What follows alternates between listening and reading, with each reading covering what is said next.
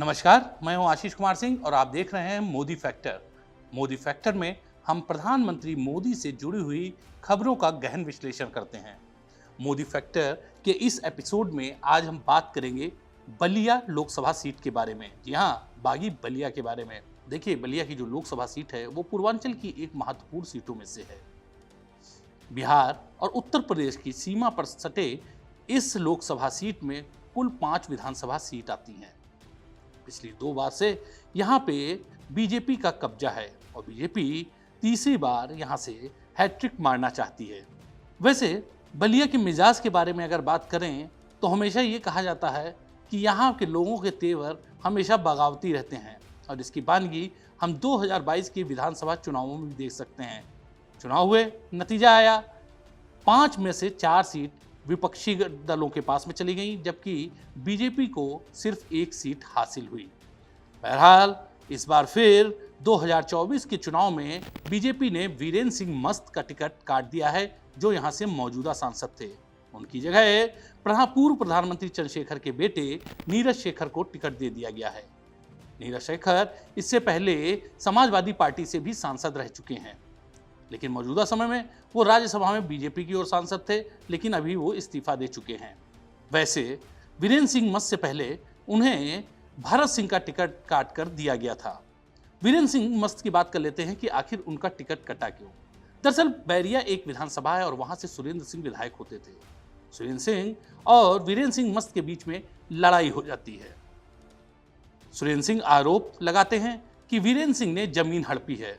हालांकि इस मामले की जांच होती है और उसमें ऐसा कुछ नहीं निकलता है, लेकिन सुरेंद्र सिंह ये भी धमकी देते हैं कि अगर वीरेंद्र सिंह का टिकट नहीं कटा तो वो निर्दलीय उतर जाएंगे। बहरहाल केस में भले बरी हो गए हों वीरेंद्र सिंह मस्त, लेकिन उनकी छवि को धक्का लगा और आपसी जो पार्टी की ये कलह थी ये बीजेपी को रास नहीं आई। यही वजह रहा कि वीरेंद्र सिंह का भी टिकट बाद में काट दिया गया। बात करें हम बहुजन समाजवादी पार्टी की, तो बहुजन समाजवादी पार्टी ने यहाँ पे ललन सिंह यादव को उतारा है, यानी कि वो सीधा सीधा जो समाजवादी पार्टी का कोर वोटर यादव है उसकी बिरादरी में सेंधमारी करना चाह रही है।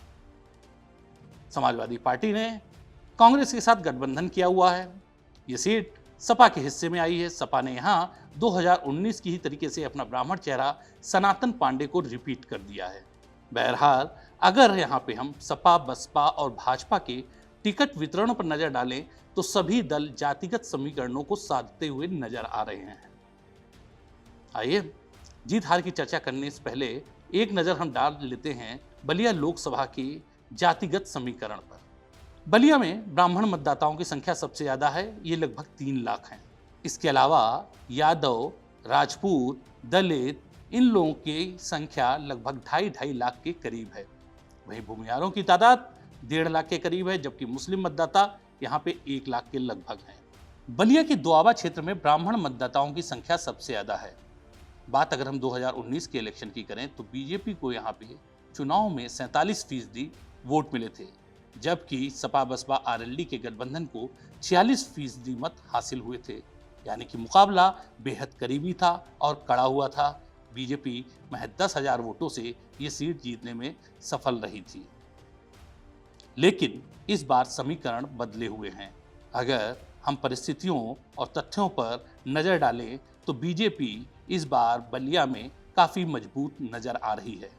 आइए बताते हैं कि किस वजह से बलिया में इस बार बीजेपी मजबूत नजर आ रही है। तो देखिए, सबसे बड़ी बात यह है कि इस बार 2019 की तरीके से सपा बसपा और आरएलडी का गठजोड़ नहीं है। सपा बसपा आरएलडी तीनों गठबंधन से अलग हटकर अलग अलग लड़ रही हैं। इसका जो सबसे बड़ा फायदा है वो बीजेपी को मिलने वाला है। इसके अलावा बात करें हम बीएसपी की, तो बीएसपी ने जो ललन सिंह यादव के रूप में अपना कैंडिडेट उतारा है, तो जाहिर है समाजवादी पार्टी के जो कोर मतदाता हैं यादव, उनमें थोड़ा बहुत बिखराव होगा। बलिया सीट पर हमेशा राजपूतों का दबदबा रहा है। इस सीट पर लगभग 14 बार राजपूत सांसद ही चुने गए हैं, जिसमें से 8 बार तो सिर्फ चंद्रशेखर ही रहे हैं। नीरज शेखर भी समाजवादी पार्टी के टिकट पर बलिया से सांसद रह चुके हैं। समाजवादी विचारधारा का ट्रेंड बदलता है, बीजेपी की तरफ लोगों का झुकाव होता है, तो बीजेपी के जो दोनों सांसद थे वो भी राजपूत बिरादरी से आते हैं, यानी कि 2014 में जो भारत सिंह थे और उसके बाद 2019 में जो वीरेंद्र सिंह मस्त थे, ये दोनों ही राजपूत बिरादरी से आते हैं। राजपूत बिरादरी की तादाद भी 2.5 लाख के करीब है और ये चुनाव में महत्वपूर्ण भूमिका निभाते हैं। बहरहाल सुभाषपा भी 2019 में अलग लड़ी थी। सुभाषपा यानी ओपी राजभर की पार्टी। राजभर की पार्टी को लगभग 50,000 वोट मिले थे, लेकिन सुभाषपा इस बार बीजेपी के साथ गठबंधन पर है। ओम प्रकाश राजभर जहूराबाद, जो बलिया की ही एक विधानसभा सीट है, वहां से विधायक हैं, तो जाहिर है बीजेपी को इस बार राजभरों का भी साथ मिलेगा। इसके अलावा बलिया की जो 5 सीटें हैं उसमें से 2 सीटें यानी कि जहूराबाद और मोहम्मदाबाद गाजीपुर जिले में आती हैं। ये दोनों जो सीटें हैं वो भूमिहार बाहुल्य हैं।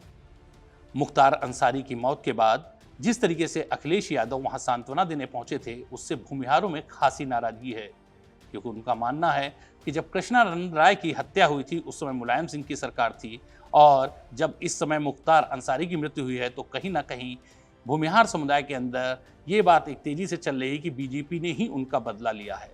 इसलिए भूमिहार मतदाता, जिनकी तादाद लगभग 1.5 लाख है, वो भी बीजेपी के साथ मजबूती से खड़े हुए नजर आ रहे हैं।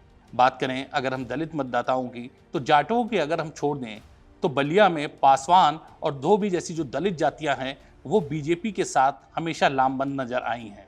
तो इस तरीके से अगर जातिगत समीकरणों के आधार पर भी देखा जाए तो ब्राह्मणों का जो एक बड़ा वर्ग है, जो 2019 में सनातन पांडे के चुनाव लड़ने के बावजूद उनके साथ नहीं गया था, तो परंपरागत रूप से वो भी इस बार बीजेपी के साथ ही खड़ा हुआ नजर आ रहा है।